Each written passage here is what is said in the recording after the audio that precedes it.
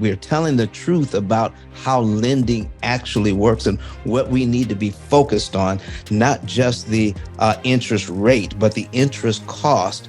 And we don't help to pay people's loans off fast. We help them to pay them off cheap. That's the big difference. Hey, y'all, welcome back to the podcast. I'm your host, Perry Jeffries of Cashflow Unlocked, and I'm super excited to have honestly, a friend, a coach, a mentor, and an industry expert with us today, Mr. Don Daniel. So Don Daniel is the founder and chairman of P.I.L.L Method International. His company is responsible for developing a systematic approach to learning to read the language in which loans are written, the language of amortized interest. He started working on the basic concepts of the fledgling company back in 2006 while still employed as a firefighter. Big shout out to the firefighters. My dad's a retired firefighter, and this was in Battle Creek, Michigan. And by July 2007, he was sure he had discovered that the lending industry was committing what he now terms financial violence by systematically charging excessive interest. So before we get started here, I was introduced to Mr. Daniel, not directly. Had a friend reach out to me one day and say, Perry, I know you're in the process of buying your house. You need to check out this concept called the P.I.L.L method.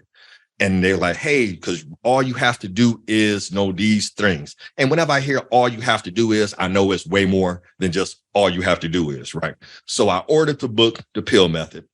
I read the book. I mean, I digested that thing, Mr. Daniel. It was in less than a day. I think I had that thing read, front to back. And then immediately reached out for a consultation, which I was fortunate enough to get Mr. Daniel on the phone. And, we kind of went from there. So he became my coach in helping my family eliminate debt. Now, I'm going to be totally transparent here because I think this is the only way we learn. I'm not going to speak in fluff terms. We just going to call it what it is, right? My wife and I had recently purchased a new home just shy of $900,000. And when we purchased that home, literally had closed on the home, I think, while we were actually talking to Mr. Daniel. So we hadn't even made our first mortgage payment yet. As of today, our mortgage balance is down to $704,000 based upon the P.I.L.L method, right? And we now have a systematic way to go about eliminating debt to the point where our home is projected. Now, mind you, $900,000 home projected to be paid off in about 8 years. Wow. All right. That's powerful. So with no further ado, I'm going to jump in here and introduce my coach. I still haven't got comfortable enough calling him by his first name. I may try to slide in his first name here throughout this episode because he's still Mr. Daniel to me. But Mr. Daniel, man, welcome to the show, my friend. How are you today? I am excellent, Perry. Listen, you know better than that. You know my name. But man, I tell you what, this is an exciting time. We're telling the truth about how lending actually works and what we need to be focused on, not just the interest rate, but the interest cost. And I'm excited to tell people we don't help to pay people's loans off fast. We help them to pay them off cheap. And that's the big difference, because the way that this thing is designed, it is very inefficient to pay the loans back the way that they're designed to be paid back. Inefficient means, so I did a thing on my show today, a $400,000 mortgage at 6%. And when you make that first payment, 83% of that payment goes to interest. Yeah. Meaning if you break it down to every payment dollar, 83 cents out of every dollar goes to interest, and you're buying your home with 17 cents out of every dollar. What sense does that make? We got a payment we can afford, but we're not looking at how much interest is actually costing us on the back end. Listen, somebody has done a great marketing job so that we don't care about that. Oh, man. So again, y'all, I'll speak to personal experience here. When I met with Mr. Daniel and we were reviewing our finances and things of that nature, and we ran a projection, and the projection showed me a savings of over $500,000 in interest. I said, well, hold on now. Hold on. Saving $500,000. So, we've all heard that adage, a penny saved is a penny earned. Well, how about $500,000? We talk about $500,000 saved. What could you do with an extra $500,000 on the payments that you're making on your current debt? So that was just mind blowing to me. When I was able to start implementing it, was just blew my mind. So, Mr. Daniel, how do we even get to the point? So like what is the P.I.L.L method? For those who aren't familiar with the P.I.L.L method, what exactly is the P.I.L.L method, my friend? Okay, number one. So when you get an opportunity, your audience gets the opportunity, have them Google the P.I.L.L method. P as in Paul, I-L-L. Google P.I.L.L method, and you'll find out that we are more popular than contraception. So contraception is on page 2. Wow, that's amazing. But P.I.L.L stands for prepayment of principal, isolating the principal amount, leverage, and liquidity. So when we look at a loan, we break it down into these 4 categories, and then there are a myriad of subcategories under that. But these are the main ones. Prepayment of principal. What happens when you prepay a loan? Okay. Isolating the principal amount. How much should I prepay? What month should I pay it in? What day of the month should I pay it on? And which loan should I attack? Because what you want is to pay the least amount at any given time to gain the greatest savings on interest. It's not coming up with more money. It's what can I do with the money that I already have, and take the smallest amount of my discretionary funds that I have available, apply it to the loan at the right timing so that I can cancel the maximum amount of interest per dollar. All right, that can be done mathematically. So that's isolating the principal amount. Leverage is just that. How do we take the bank's money? And I am not anti-borrowing. Oh, no. I love using somebody else's money. Facts. I just don't want to pay retail. I want to borrow that money at wholesale. Let me give you a 75% discount after the loan, after you purchase the loan, and then you go up to the bank with a 75% coupon and say, listen, by following this program, we're going to pay a lot less interest as after the fact. And I love that. So that's, leveraging prepayment of principal, isolating the principal amount, leverage, and liquidity. Okay. All of the funds, all the money that you have access to, liquid. So thinking of certain funds as illiquid, meaning you may have some funds available on a credit card or a line of credit. Now, when we take a look at those, so we're saying I could pay for cash. Have you heard of what sinking funds are? Sinking funds? Okay. So a sinking fund is like a what if fund. We put some money away every month just in case the refrigerator goes out, or just in case the car goes out. And and I saw somebody online that had 18 sinking funds. 18 sinking funds. And in one was over $10,000 just in one of the funds. Okay. Wow. Just in case something goes wrong. Do you know what that really means? I've got $20,000 sitting in a bank account, making 0.1% just waiting for something to go wrong. Wow. That's too much cash. Wow. So when we're taking a look at that, and it says, now, why were you doing that? So they do that for the express reason of not having to use credit to pay for an emergency. All right. But if I've got $15,000-$20,000 sitting in the bank waiting for an emergency, guess what? I have $15,000 sitting on my credit card waiting for an emergency. It's not costing me a dime to keep it there. Cost me money if I have debt, it's costing me big money to keep that cash on hand and not do anything with it, especially when I know how much interest I could cancel with it. That's what we're going to be getting into and helping people to understand the fungibility of money, your cash versus what you could borrow.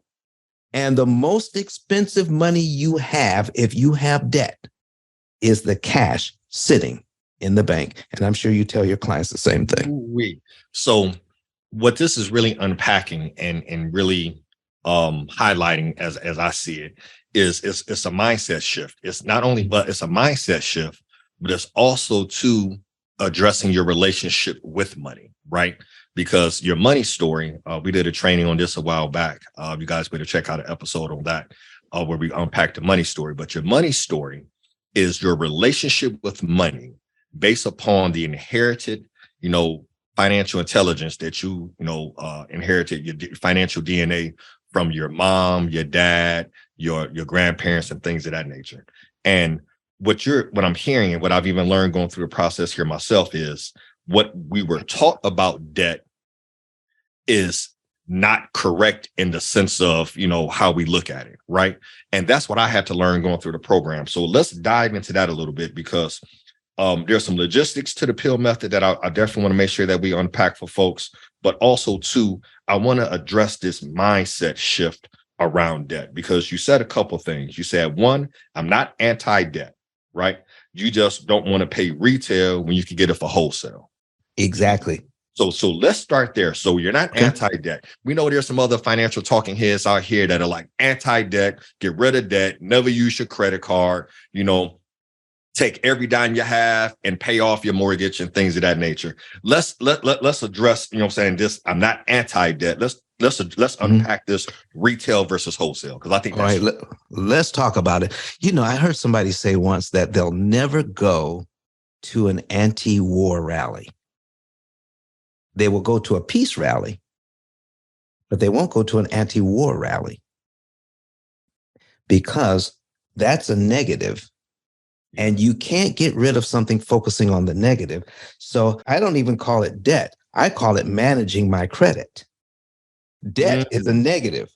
But when I manage my credit, because so you have to have things in order to get good credit. You have to have your profile in order to be able to apply and get credit. Okay. And then it's how you manage that credit and how we pay it back that matters. So I want to pay it back at a discount.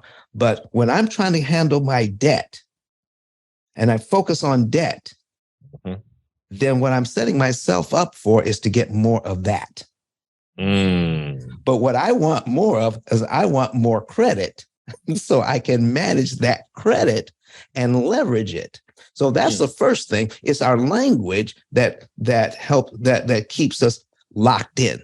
So let me give you another example of how that language works. How about prepayment penalties? Okay, we've heard of penalties. You heard of that? But what if I told you that we just changed the word to prepayment cost? How much does it cost me to prepay? And now I'm going to look at and see how much interest I can save when I prepay. Wow. And am I willing now to pay the cost to save the interest? So if I can save $100,000 in interest, like I did for a client in Canada, but the prepayment cost was $1,200. My goodness. That's what we're talking about. Because when I hear the word penalty, I don't do anything else except avoid. Right. But when I hear cost, I say, well, how much is that? Well, what am I going to get for my money? Now we're having a different conversation. So when it comes to debt versus credit, we need to take a look at what's really going on here. And if I focus on getting out of debt, it's going to be harder. But when I focus on managing my credit, now I'm going to come up with a whole bunch of positive things to do to manage it correctly for me and my family. Love that. Love that. It's language. Like words matter. Yes, they do. Especially when we start to unpack, what financial literacy is or financial intelligence is. Language matters. And what's so wild and what was so eye-opening when I came through the program, Mr. Daniel, was, I'm a numbers guy. I'm a math major.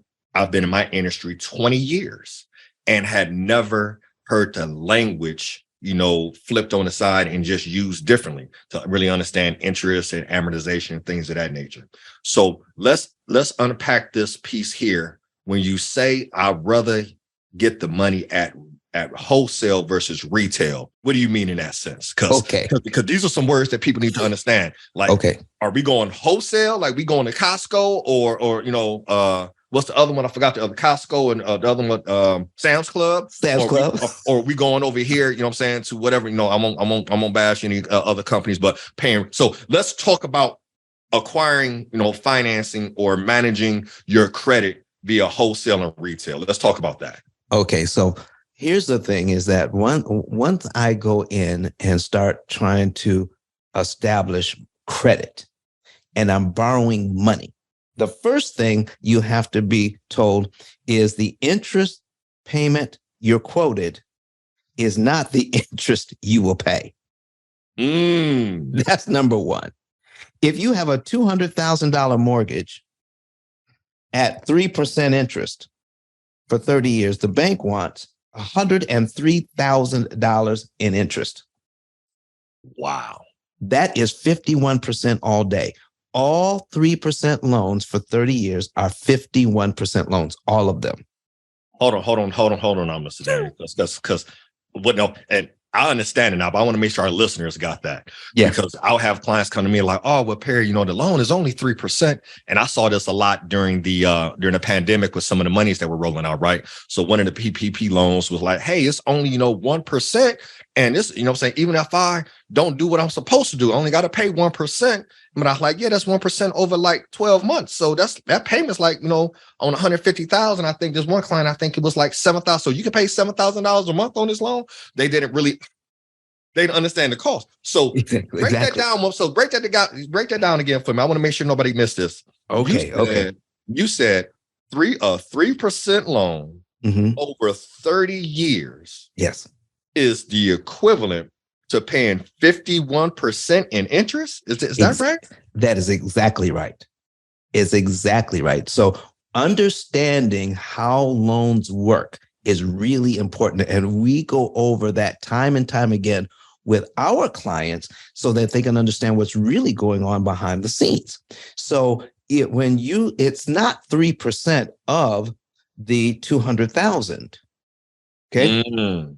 It's 1/12 of the interest rate times the unpaid balance 360 times. So it is 360 separate mortgages. That's why we get hit so hard.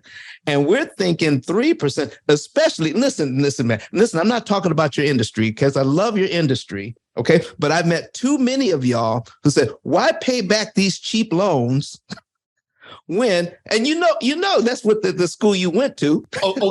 Hey, talk about them, Mr. Daniel. I don't even like financial advisors. Talk about them. Okay.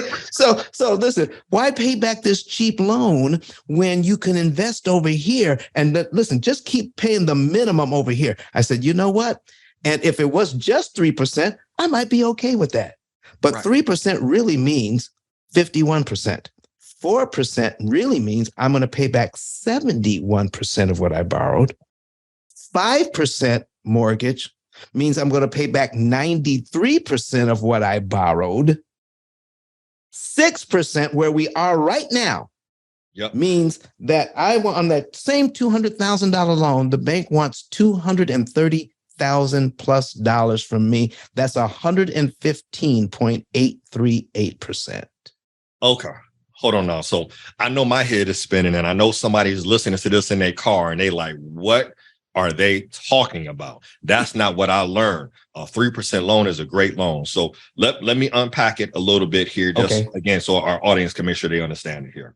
Okay. On a $200,000 loan, and you're like, hey, if I get this $200,000 loan, mortgage or loan, whatever the case may be, at 3% over 30 years, I'm winning.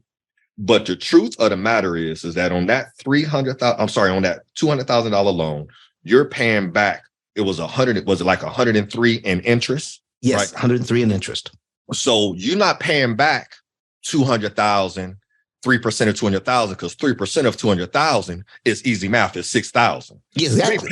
You ain't paying 6,000 back. So when you finish paying this over 30 years, you didn't pay back 200,000 plus 6 for a total of 206,000. You actually paid back 200,000 plus another 100 plus. So you paid back 300. You paid 300,000 of cash out of your pocket, net income after tax money that you paid on that, right? Exactly. And so I want to make sure everybody got that. So that's where the 51% is coming from. They call that the truth in lending document, which hardly nobody ever really reads. Exactly. That says, hey, yeah, you're getting a mortgage for 100,000, but you're gonna end up paying back like 250 because we get so caught up on interest rate. And then the breakdown is for 4% over 30 years, you're paying 71% in interest, 5%, 93%, and at 6% where we currently are right now, if you stretch that loan out and just make the payment that you're supposed to make, over 115% in interest. There you go. Jeez. Yes. Okay. Yes. And that's where we need to focus, because if you don't, we're not looking at the true cost of buying the home. The true cost is the negotiated price for the cost plus the interest that I will pay to manage that, to manage those funds. So here's what we're doing. When we borrow money, we're borrowing money to purchase equity. Borrowing money to purchase equity. Out of every single payment, you take more ownership of the property. You increase your equity. You increase the distance between how much you owe and how much the property is worth. I'm borrowing money to purchase equity. The bank buys it. I'm buying it back from the bank at $400 a month, while they get to charge me $2,000 in interest. That sounds terrible when you say it like that, Mr. Dan. Yeah. So, okay. So now we're breaking it down. So I'm going to make sure we get this. You're borrowing money. Yes. To purchase equity. Yes. I love that. Right. And when we kind of dive into this wholesale versus retail, if you just go with the plan that has been laid out for you, you're now purchasing it at retail. At retail, when you pay full price, you say, I'm going to pay you what you asked me for. I'm going to pay you this $103,000. I'm going to pay you $230,000 because that's what you asked for. And do you know, how do I know they're going to get every single dime of that? How do I know that? Because 9 out of 10 people, and everybody that's listening to the podcast, 9 out of 10 people, will never pay off a mortgage. Wow. Think about it. How many people have you ever met in your life that had a mortgage and actually paid it off? It'll be less than 10% of the people you know. Wow. Okay. So we know, geez. All right. So letting this sink in. We're paying retail. Yes. How do we flip that and how do we go to wholesale? It's math. It's not magic. Yep. It's math. It's not magic. So when you understand out of your budget, you have a certain amount of money to work with, and out of your discretionary funds. So let's think of it this way. First of all, we got our income. We get our income, and now we start expensing that income. So first is what do we get? We have to put money away for lifestyle. Yep. Okay. In our system, lifestyle is first, not last. Lifestyle is first. How much are we going to spend on the family to create memories? Okay. So we plug that in. Right. Number 2, that's where you come in, Perry. Number 2, what about long-term savings, getting ready for retirement, putting money away for education for our children, all that kind of thing. So that's taken care of. We can't do with anything with those 2. Number 3, make the minimum payments on your debt. Payments on the debt. All right. Number 4, pay all the rest of the bill, food, cell phone, cable, just make just all the things that we need to pay each and every month.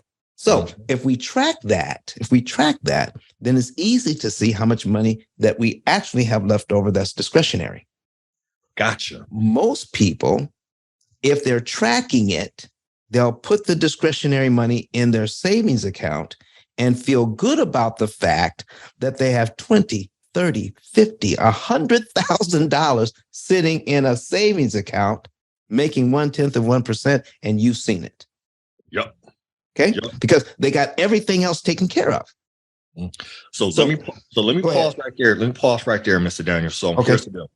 I have number one, life. And now this is not what everyone else is doing, but this is what our system is doing.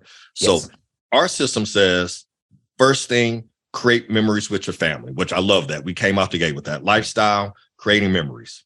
2, long-term savings. So this is a need in here. We need to be planning for our future, whatever that looks like.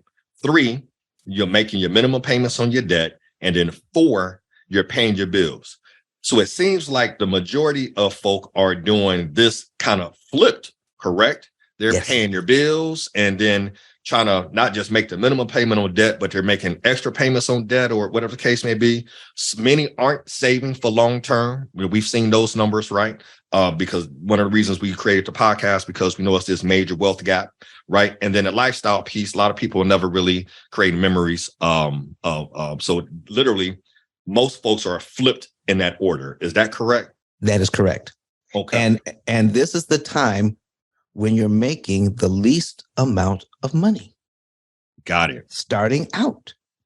So by the time you get to the point where if you do it backwards, your kids are grown. Yep. And all they know about money is the trauma that you placed upon them. Oh, man, you see, you take me someplace. I'm not trying to go there with you today, man. So here's the deal. I'm not trying to go there with you because we already did a training on the money story. If y'all haven't listened to that episode yet, go back and check out the money story, because this is in my 20 years, Mr. Daniel, my 20 years of being an advisor and helping people create wealth. It just hit me like a ton of bricks here recently that trauma that you're talking about is the inherited DNA that we have, that we've, received from that trauma of our parents and grandparents, which is the biggest roadblock in creating wealth. So we ain't gonna go there with you today. But Lord have mercy, go back, watch that other episode, y'all, but let's stay here. So I'm loving this right now, man. Now, the one thing you say here, I'm gonna tie this back to something you said here earlier. Mm-hmm. Most people have been conditioned or trained that, hey, put that money into that savings account, right? Put that money into that savings account and earning less than 1%, 1/10 of 1% in your savings account. And you said this earlier, I'm going to circle back to it. I hope I don't misquote you here, but you said that money in your savings account is the most expensive money that you have. Is that how you said it? The most expensive money? Yep. So somebody's going to ask this question. If you have debt and you got money sitting in your savings account, why do you consider that the most expensive money that you have? Let's break that down. Because we have not been educated on how debt really works. This amortization that we're using to pay mortgages and the like started in 1934. And very little information about how it works has filtered into our educational system. So we know nothing about it. Mm-hmm. So if I knew that $200 sitting in my bank account applied to a $200,000 mortgage at 6%, I could apply $200 and it would save me nearly $1,000 in interest. If I knew that, I wouldn't think I'd be better off with my $200 sitting in a bank making less than 1/10 of 1%. The reason why we're not taking advantage of this system, because I love the system. This is why I'm saying you could get it at a discount if you knew that you could be in charge of returning your money to the bank in a way which makes it impossible for them to charge you interest. So taking $200 out of that savings account, putting it on the mortgage at a certain time in a certain month, and say, I just saved $1,000 in interest. And here's what's key. You've never, now most people know that they can pay extra, but they don't know what they're getting for it. And here is the where we've been bamboozled. Okay, so you're paying extra on your loans, on your credit cards, on your car loans, on your mortgage. You already know you could do that, and people are doing that already. Yeah. But you've never received a notice from the bank that said, "Thank you very much for this extra payment. Here's how much interest you saved." And you know what's worse? We've never even bothered to ask. Wow. We just, hey, I made an extra payment. You know what? I got a little extra money in. Let me make an extra payment on here. And yeah, geez. I have no idea what I received for that. So when you can measure your interest savings, right, now you can figure out, how can I best use my discretionary to give the bank back their money in my timing? Gotcha. So it doesn't disrupt my budget. It doesn't disrupt my family, but I can use that money to save that interest. So I get the same equity in this property at 75% off. If I was supposed to pay $100,000 in interest, and I could end up paying $25,000 to get the same property. If I was supposed to pay $300,000 in interest to acquire a property, but now I end up spending $90,000 to $100,000 instead, I get the same property at 75% off. Oh, it's the same equity. Since wholesale.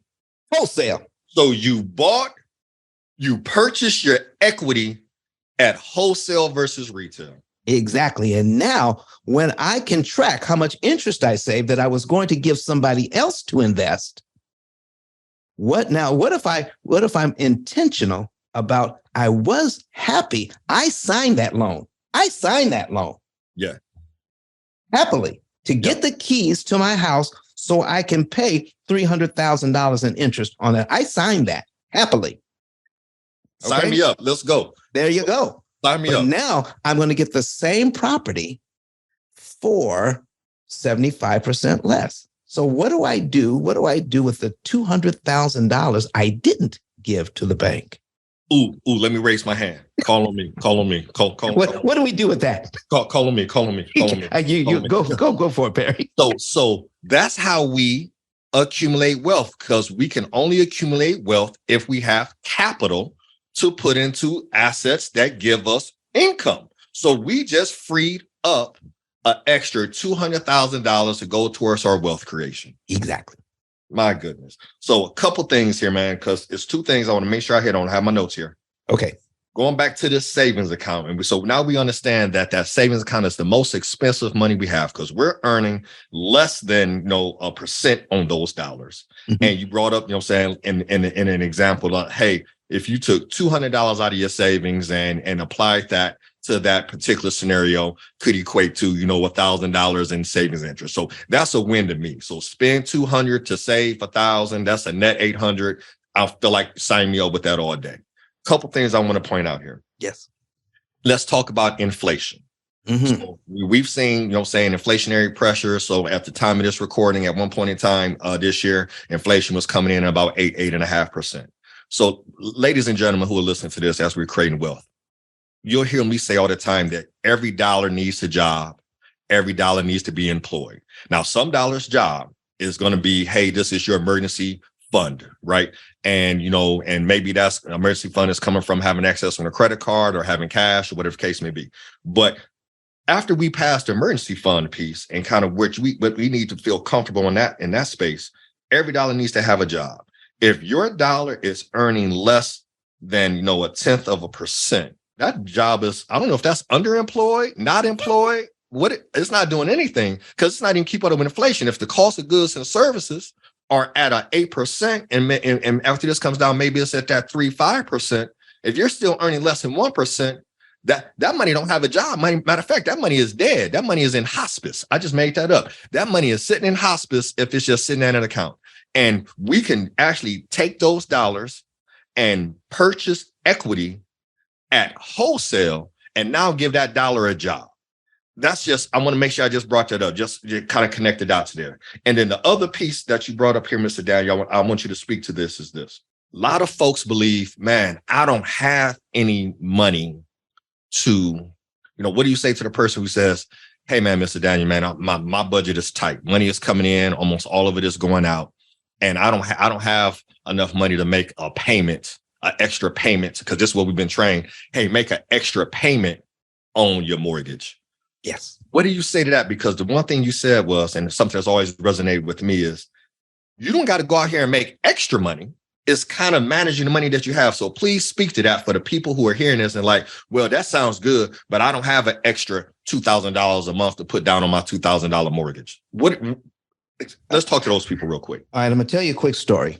Yep. I met a young lady not too long ago, and she was talking to us, and when we asked them all these questions, and one of the questions that we ask is, how much do you have in discretionary income? And she says, well, what if I don't have discretionary income? So I asked a couple of questions. I said, when you're paying, can you pay all of your bills every single month with your income? Her answer was yes. I said, do you ever have to use a credit card to pay your bills to make up for a shortfall? Her answer was no. Have you ever had to use savings to make up the shortfall to pay your bills? Her answer again was no. I said, you have discretionary income. You just don't know how much. So I gave her a sheet, a budget sheet. It says, now go fill this out, put in here how much money you're making, and also put in it's a memory jogger of just to give you some ideas of what you're paying each month so you don't forget anything. Sure. So it took her a while to get back to us. And I said, well, and then she explained why it took so long, because she had to do the budget sheet 3 times. Right. Why did you have to do the budget sheet 3 times? She said, because I kept seeing that I had $2,000 left over after I paid all my bills. She just didn't know where it was going. Wow. So that's one thing. Yep. And that's cause, and the cause for that is texting and email. Tell me more. Texting and email. Well, most of us now, remember the days when you had to keep a check register? Yeah. Well, no, keep check register anymore. I get a text or an email that says my bank, my checking account is too low. I need to transfer some money over into my checking account. I have no idea how much I'm spending. I just get a text or an email to remind me to put more money in there so that I don't bounce, I don't bounce a payment. Wow. So that's number one. So now we continue to spend beyond the bills. That's one way. Here's another thing that people are doing. Remember when you mentioned putting extra money on the on your bills, or on the money that you borrow? Too many people are paying more than the minimum on more than one of their interest-bearing bills. Too many people. As if you have 5 credit cards, don't pay the minimum on more than the minimum on all 5. Pay the minimum on 4 and gang up on 1. Gotcha. So when you do that, you're leaving yourself with no cash. You're paying your bills, but you're leaving yourself with nothing when you pay all of it out, trying to put more than the minimum, trying to listen to these financial gurus that are telling you that's what you need to do. Right. Right. Those are 2 main reasons right there why we have no cash. Gotcha.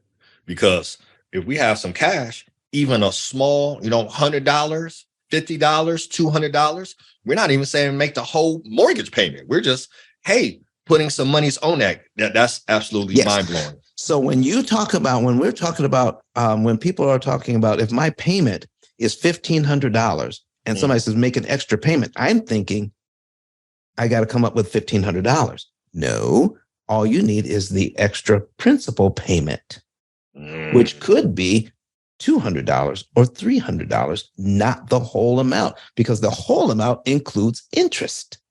Right. We attack the loans with just the principal payment. Pull out your amortization schedule.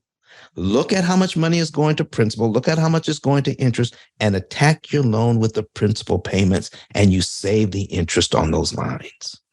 When you did that illustration, and I saw that, Mr. Daniel, I was mind blown how you could move through the amortization schedule and start off on, month one of 360 months or whatever the case may be, and be able to move through that piece so quickly.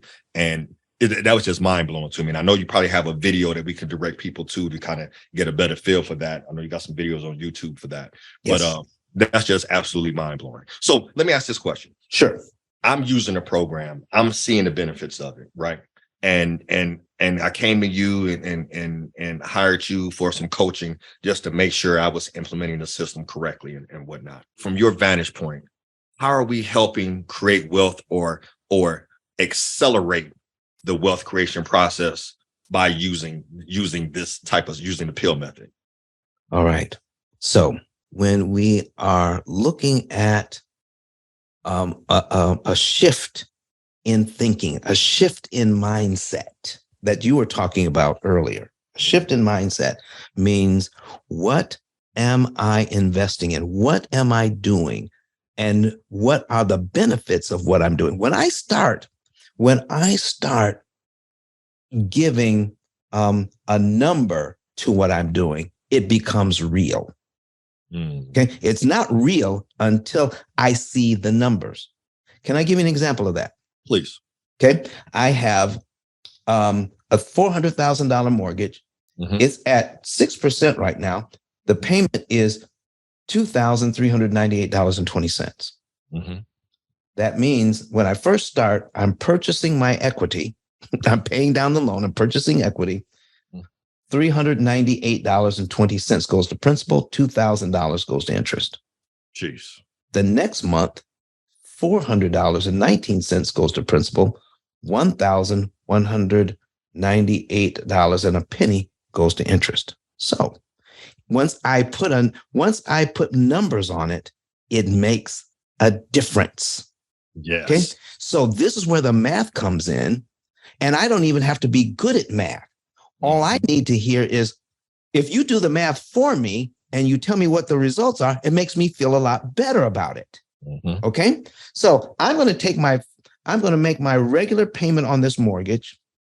I'm going to take a look at the principal payment for next month, which is $400.19. If I prepay that, I save $1,998 in interest I never have to pay, because I paid that $400 early. I took money that was sitting in a bank account making 0.1%, and I put it on the mortgage. So think of it as an investment. I just invested into my mortgage $400. And you know how you figure ROI. You take the amount invested, you look at how much you made. So take the one, and so you said a penny saved is a penny earned. I didn't. You said that. So if a penny saved is a penny earned, then $1,998 saved is $1,998 earned. So I just saved $1,998, okay, and a penny. All right, I just saved that for investing into my loan, $400.19. So divided by $400.19. There it is, equals a 499% return on my money. And Mr. Daniel, I've been in my industry. I got I passed my stockbroker Series 7 license 20 years ago this year. Yes, sir. I'm good at what I do, but I'm not. I've never gotten a client, a 490% return investment in a month. I'm good, and I'm good. You're good. I'm damn good, but I've never done that for a client in a month. Again, so it's really coming down to the math. So one of my questions is, and I know somebody may be asking this, is like, okay, so these two gentlemen, hopefully they're calling us gentlemen. Yes. They're listening to us right now, and they're like, okay, so he done figured out something that nobody else knows. Yes. How was he able to do that? So I want to bring up, something that you and I talked about. So outside of being a firefighter, Yes. you were diagnosed with what they call it, autism spectrum disorder. So Yes. ASD, or Mhm. they call it Asperger's, correct? Right. Speak to that a little bit, because Okay. when I heard your story, because again, I was mind blown when I saw the numbers and the math, because I've seen the amortization schedule before. I just didn't know how to navigate it for my Hmm. benefit. And this is Right. something that you saw. So tell our audience a little bit about that. I think that's just really important. All right. Well, if you know anything about autism or Asperger's, it manifests itself differently in different people. So you might have seen a person who can hear a piece of music one time and can reproduce it exactly on a piano Yeah. by hearing it one time. You may hear some of that you may have heard of people who could tell, give me a date at any time. I'll tell you what day that was on. All right. So they're good like that. So me, when I look at an amortization schedule, I see things in pictures and patterns. I've always been like that. So when I see something, I can then figure out how to do it. Now, you didn't know this, but I ride a unicycle. Wow. Did Yeah. not.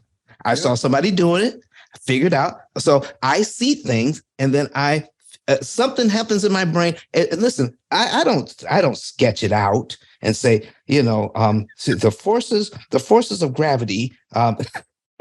No, it just happens in my brain. It says, and this is what you do. My body just kind of takes over and says, you do that, or emulate a golf swing, Yeah. or somebody bowling, or Yeah. somebody wrestling. I was on the wrestling team in junior high, high school, and college. Yeah. All right. And so I see something and then I could do it. I'm looking at an amortization schedule and I'm saying the pictures and the patterns set up this way make the bank a whole lot of money. But if we did it this way, we can save a whole lot of money. And that's what, listen, I got C's and D's in math. Wow. Okay. Wow. So I'm not a math guy. I'm a picture guy. Ain't that something? And so the pictures are telling me if you do it this way, you save that. Huh. The math came along a lot later. Okay. Yeah. Okay. I've been doing this 17 years. So the My math goodness. came along a lot later so that I can explain it to people like you. And instead of saying, in my head, I said, well, can you explain how electricity works, Perry? He says, then you say no. I says, well, that's how my program works too. But you wouldn't go for that. You wouldn't go for that. So I'm not a math person, but I've learned how to explain it to a math person. But it started that the foundation was looking at the pictures and the patterns and knowing that there was something here. And over the years, God has given me the ability to actually come up with the language to explain it to people, even people who are analytical, Right. as yourself. And I appreciate that, man. And thank you for sharing that story, because there's so many lessons to abstract from that, right? Like I told you, what I'm saying, my guest that I interviewed earlier, one of the sharpest business minds I've ever come across, and he was diagnosed with dyslexia and actually held back a grade. So just for our individuals who are watching this, listening to this, right, understand that you don't have a learning disability, and you don't have that. You learn differently, and that way of learning differently can actually bless a lot of folks. Yes. Because of your, I don't even call it diagnosis, or because of your gift, if you will, you've been able to now help people save hundreds of thousands of dollars in interest on the debt that they had already agreed to pay on anyway. Yes. And that's where we align and enjoy working with each other so much, because we share the same vision to help close this wealth gap, right? And as we talk about, the name of the podcast, Cashflow Unlocked, I want to make sure that this really resonates with our audience, right? On the plan I'm currently on right now, saving close to, $500,000 in interest. Right. Okay. And home that we just moved into being paid off in, say, 8 years or so. Well, that equity that I pre-purchase, what I'm saying, that I'm purchasing, I should say, that's now equity I may have access to go out and accumulate more wealth. So I remember when we first had this conversation, I said, well, hold on now. I'm projected out, let's say, 9 years. And so is it fair for me to think that in 4.5 years, my, $900,000 mortgage is paid down to, a certain level and not including any type of growth in the market? And it was like, yeah. And I said, okay, so that's almost, maybe $500,000 of equity in there. And you're like, uh-huh. And then you asked me this question, you're like, so what should you do? So what do you think you should do with it? And I sat there, well, I don't know. I got a $500,000. Like, it's like, hey, again, we're not adverse to debt. We could refinance that, pull those dollars out, and now have $500,000 to go towards that wealth accumulation piece. So what I love about what you're doing is for those who can, grasp it, and those who are willing, not even grasp, but those who are willing to learn more and get coached on it, can actually accelerate their wealth, potential. Because if we can eliminate debt, and not necessarily eliminate debt, to your point, let me change my language. If we can manage our credit more efficiently. Yes. And with the access to, credit that we have, use that to our advantage and not the bank's advantage, we can accelerate the wealth creation process and in turn try to close this wealth gap. Tenfold. Oh, or more. Goodness. Tenfold or more. So what you're doing is, if you looked at gaining that equity, the natural way, making just making the payments, okay? The amount of interest that you would have paid would be tremendous to get the same equity. Now I have the same equity faster, sooner, and cheaper. That is what's happening now. And then I take it out because there's not a real estate investor I've ever talked to that's made a lot of money in real estate. And when they implement their exit strategy, meaning they either sell it or they cash out, refi, whatever their exit strategy is, not a single one has added up how much interest it cost to get to that point. Got to add up all the costs. We got to add up all the costs, and we've been conditioned to ignore that one for too many years. Oh my goodness. Okay, man. So we're coming close to the end. I could stay on here and talk to you for another 10 hours, right? But we want to give our listeners some additional resources here. So you and I, before we started recording, start talking about your book, which I ordered it. Like I said, I read that thing cover to cover in less than a day and was mind blown. I was sitting up there pulling out amortization schedules in my calculator, like, how did I miss this? Because remember, I'm a math major with a minor in biology. And I'm like, how did I miss this? Right. You have an offer here for our listeners with respects to a book. Is that correct? What are you offering here, Mr. Daniel? All right. So I'm offering, if they want to get my book, it's on Amazon. It's The P.I.L.L Method, A Better Way to Eliminate Debt. The P.I.L.L Method, A Better Way to Eliminate Debt. You can go to Amazon and purchase that book. If you screenshot your receipt, okay, and you can look up. So P.I.L.L Method is on everything we have. So we have an Instagram account. You can go to our Instagram and then upload that screenshot. If you do that, upload that screenshot to Instagram with your address, I will send you a second book. Amazon's going to send you a book, and I will send you a book autographed by me. Love it. Right? If you can't, if for some reason you can't get a hold of me through IG, Perry, can they contact you? Absolutely. And then you'll forward on to me, and I'll make sure that they get their signed copy of the book from me. Absolutely.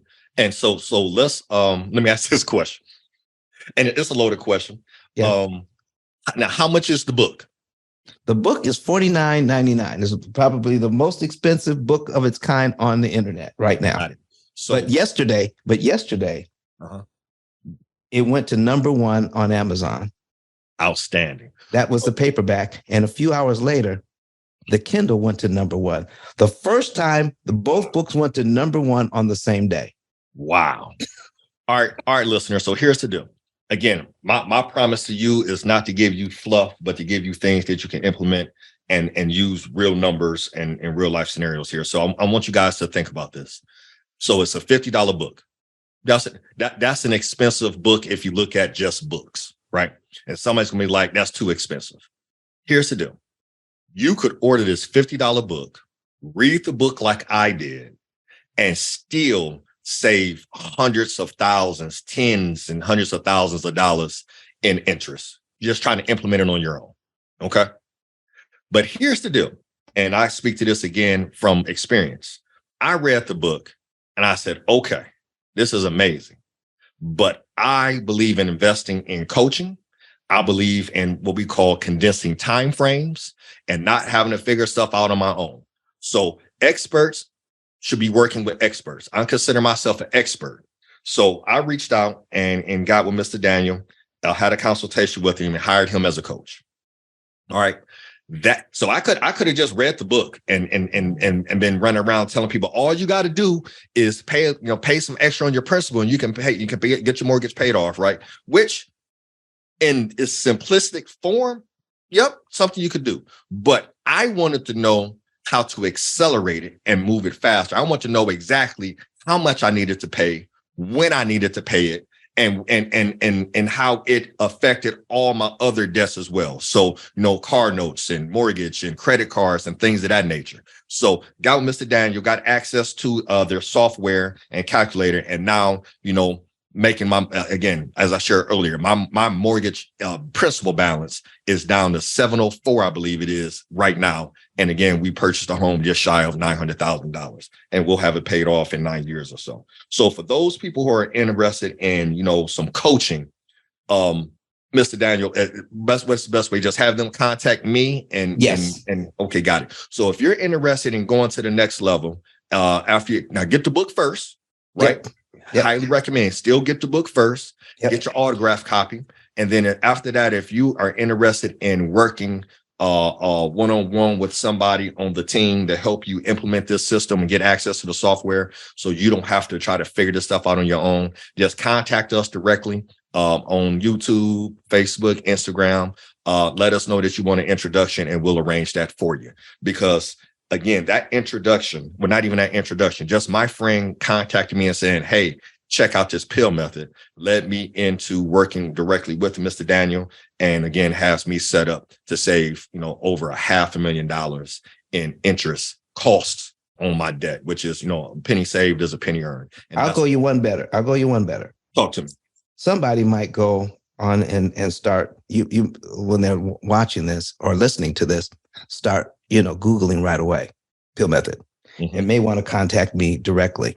If you do, you will pay retail. Retail versus wholesale. Retail versus wholesale. If they contact you first, whatever program they qualify for, if they have a mortgage, all right, whatever program they qualify for, we'll take off $1,500 if they go through you. $1,500 saved. So we just talked about retail versus wholesale. We want to be spending our money wholesale, right?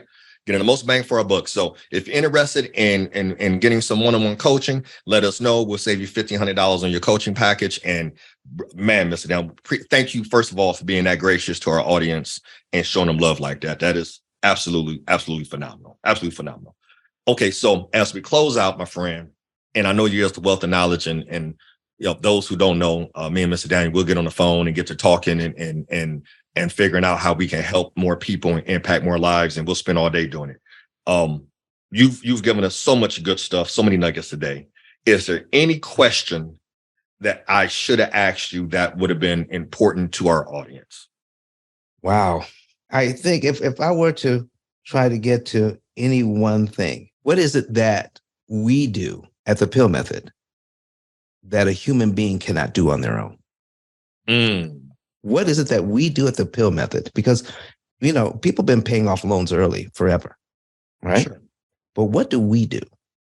We make sure that we have a cloud-based AI computing system, artificial intelligence. I mean, artificial intelligence is everybody's talking about it these days, to chat GPT and all that thing going on. But we've been using artificial intelligence for the last 17 years. Jeez.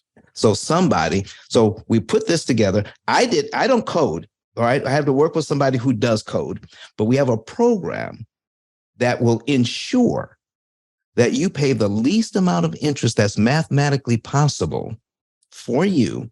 Mm-hmm. And we will give it to you in writing. You'll get a savings and earnings report in writing. We'll also give you a guarantee in writing that you will be able to accomplish those goals that we give you, or you'll do better than that, or you don't pay.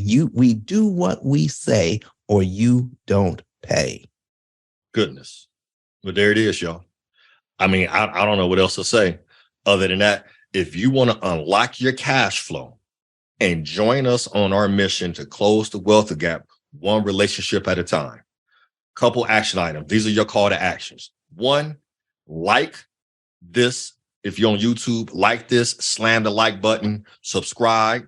That's the first thing. 2, share this out. If you're listening to this on a podcast on YouTube, share this with everybody you know.